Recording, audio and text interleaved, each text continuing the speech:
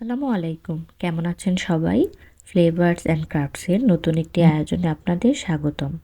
আর আমার আজকের আয়োজন সবার ফেভারিট টাই ডাই নিয়ে। টাই ডাই নিয়ে আপনাদের আগ্রহের শেষ নাই, সেই সাথে টাই ডাই রিলেটেড প্রশ্ন জিজ্ঞাসারও শেষ নাই।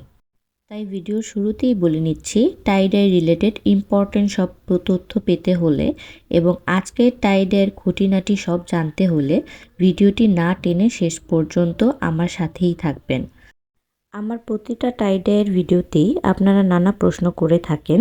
দেখা যায় অলমোস্ট সবগুলো প্রশ্নের উত্তরই সেই ভিডিওতে দেওয়া থাকে, বাট হয়তো আপনারা মনোযোগ দিয়ে দেখেন না অথবা টেনে দেখে নেন, তাই ইম্পর্টেন্ট তথ্যগুলো নানাভাবে মিস করে যান।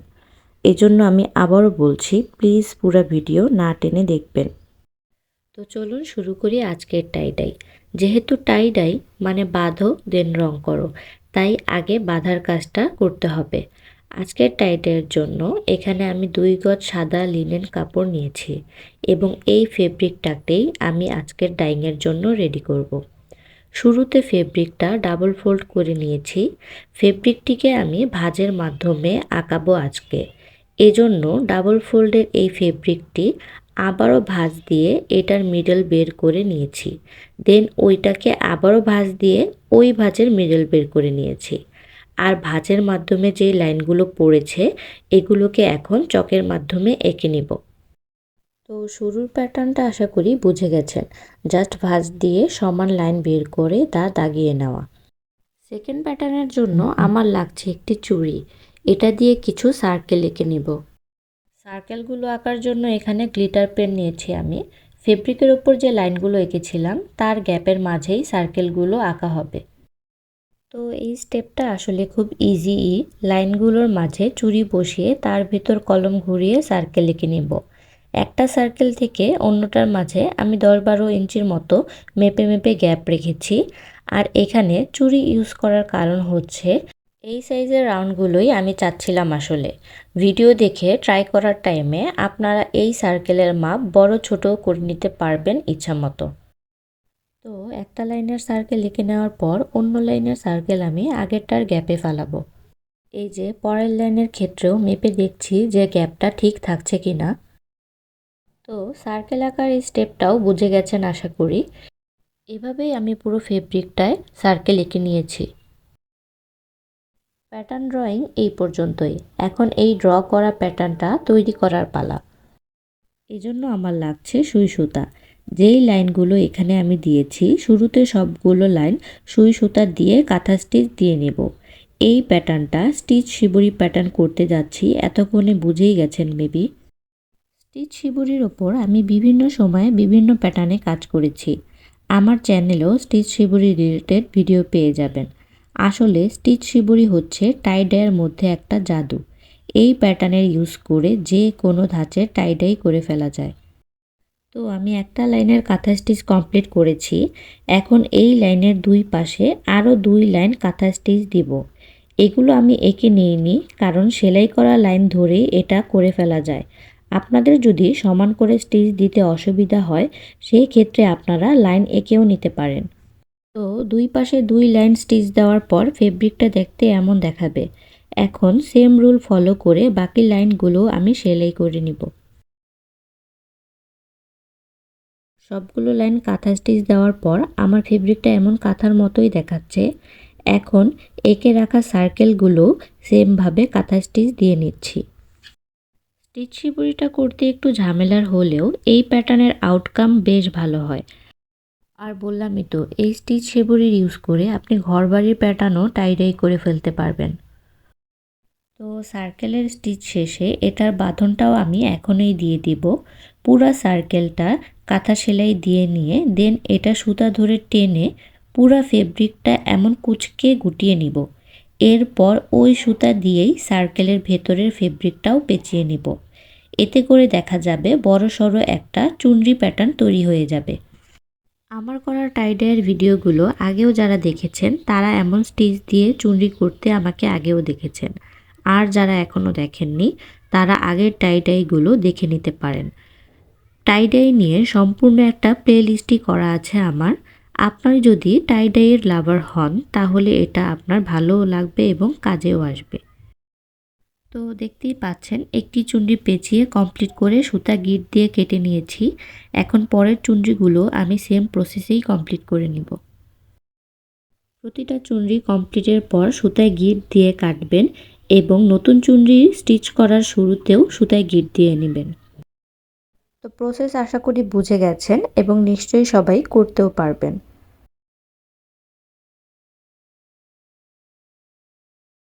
অফ ক্যামেরায় আমি সবগুলো সার্কেলকে চুনরি করে বেঁধে নিয়েছি।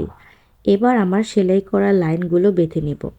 এর জন্য প্রতিটা লাইনের সেলাই যেখানে শেষ হয়েছে ওইখানে সুতা ধরে টেনে নিয়ে কাপড় কুঁচকে নিতে হবে। এই কুঁচকানো কাপড়টাই আসলে প্যাটার্নের রূপ নেয়। কাপড় একসাথে ধুবড়ে কুঁচকে থাকলে ওইগুলোর ভিতরে রং প্রবেশ করতে পারে না। ফলে স্টিচ দিয়ে যেভাবে সেলাই করা হয় ওই অনুযায়ী টাই-ডাইয়ের প্যাটার্ন বের হয়ে আসবে। সুতা টানার টাইমে কাপড়গুলো যখন কুঁচকে আসে তখন কাপড়কে দুই দিক থেকে টেনে টেনে কুচিগুলো ঠিক করে দিবেন। এতে প্যাটার্ন বেশি সুন্দর আসে। আর সেলাইয়ের জন্য আমি প্রতিবারই বলি শক্ত সুতা নিতে, না হয় এমন টানার টাইমে সুতা ছিঁড়ে গেলে সব কষ্ট ভেস্তে যায়। সুতাগুলো এমনভাবে টেনে নেবেন যাতে কাপড় একদম কুঁচকে টাইট হয়ে থাকে, একটুও নড়াচড়ার ঢিল যাতে না থাকে। এরপর সুতাকে গিট দিয়ে কেটে নিতে হবে। লিনেন কাপড় যেহেতু বহরে বেশ লম্বা হয় তাই সেলাইয়ের টাইমে আমাকে দুইবার করে সুতা গেঁথে নিতে হয়েছে এবং এখন সুতা টানার টাইমেও আমাকে ওই দুই ভাগকে দুইবারে সুতা টেনে গিট দিতে হচ্ছে। তবে সুতা টেনে গিট দেওয়ার পর এটাকে আর দুই ভাগ মনে হবে না, পুরো একটা ভাগই মনে হবে দেখতে। তো এখানে কেন জানি আমি শুরুতে এক লাইন এক লাইন করে সুতা টানার কাজটা করছিলাম। আসলে সুতা টানার টাইমে পাশাপাশি করে বাকি লাইনগুলো একসাথে টেনে নিলে কাজটা আরও ইজি হয় করতে। আর সুতা টানার টাইমে খেয়াল করে ভাঁজ দেখে দেখে সুতাটা টানবেন। আচমকা টান দিলে সুতা ছিঁড়ে যায়, আবার অনেক সময় ভাঁজের মধ্যে সুতা আটকে যায়, তখনও টান দিলে সুতা আসতে চায় না বা ছিঁড়ে যাওয়ার সম্ভাবনা থাকে। তো বাঁধার এই লাস্ট প্রসেসটাও বুঝেছেন নিশ্চয়ই। বাকি কাজটুকু আমি অফ ক্যামেরায় সেরে ফিরছি। এই যে প্রতিটা লাইনের সুতা টানা শেষ আমার। এখন এই ফেব্রিকটাকে আমি নর্মাল পানিতে ভিজিয়ে রাখবো 10 মিনিটের জন্য, যাতে ডাইংয়ের টাইমে সবখানে সুন্দরভাবে রং বসে।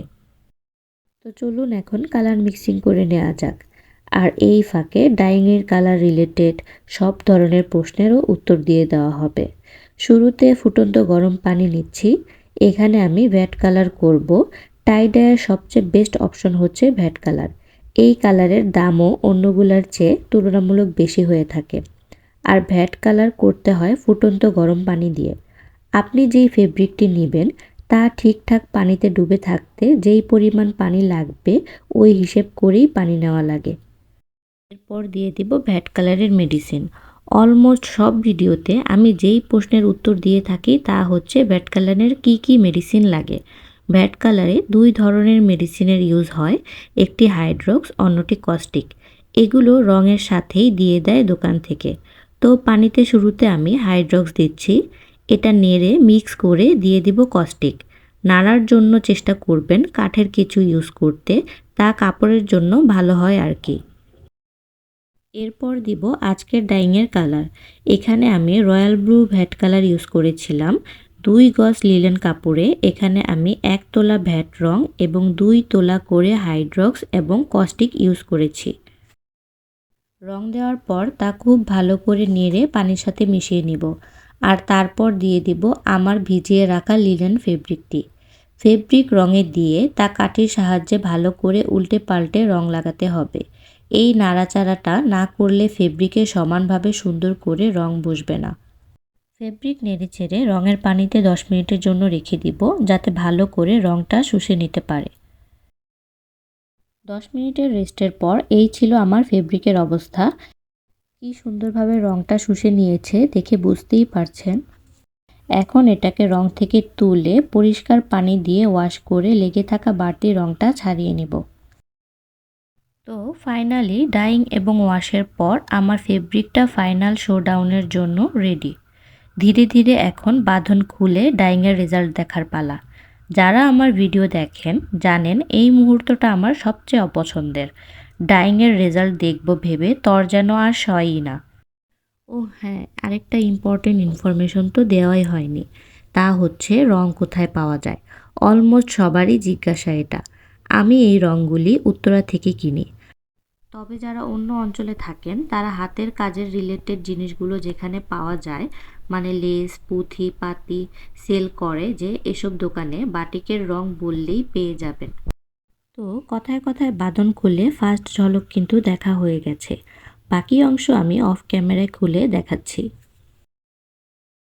অফ ক্যামেরায় পুরো বাঁধন খুলে নিয়েছি আমি, আর এই হচ্ছে আমার আজকের টাইডাইয়ের ফাইনাল লুক। কেমন লেগেছে জানাবেন। ভালো লেগে থাকলে ভিডিওটি লাইক, কমেন্ট, শেয়ার দিবেন প্লিজ।